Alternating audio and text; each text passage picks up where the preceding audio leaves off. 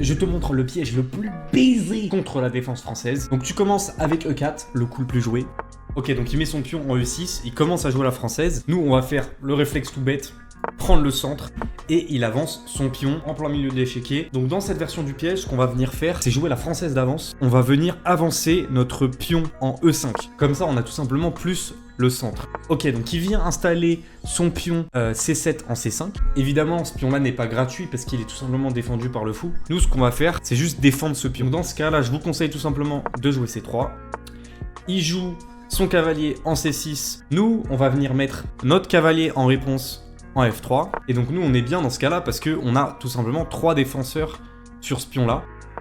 Donc il continue la française classique, c'est-à-dire qu'il pose sa dame en B6 dans l'optique d'essayer de faire potentiellement une menace ici. Et c'est là que commence le piège, les amis. On va faire le coup fou en D3.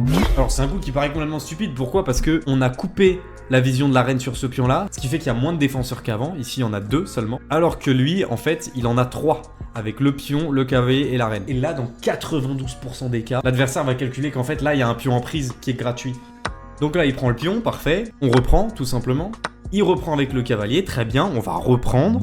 Et il reprend avec la dame. Et là, il pense avoir gagné un pion. Sauf que tout cela, c'était juste pour l'attirer dans une magouille ultime. Parce que là, normalement, si vous êtes au-dessus de 1000 Elo, vous pouvez voir tout de suite une tactique. C'est tout simplement l'attaque à la découverte. On voit qu'il y a un vis-à-vis avec les 2 reines. Donc il suffirait par exemple de faire un coup intermédiaire, type un échec, pour tout simplement capturer la dame au final. Et c'est exactement ce qu'on va faire avec le coup impressionnant, fou en B5.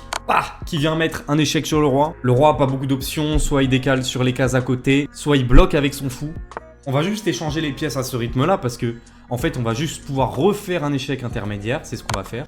Le roi vient de prendre, c'est à notre tour de jouer. La reine adverse est sans protection et on peut tout simplement la capturer. Et donc là, ça va être complètement facile de gagner cette partie étant donné qu'on a plus 8 en matériel. Donc abonne-toi à cette chaîne si tu veux progresser aux échecs et apprendre des pièges cocasses.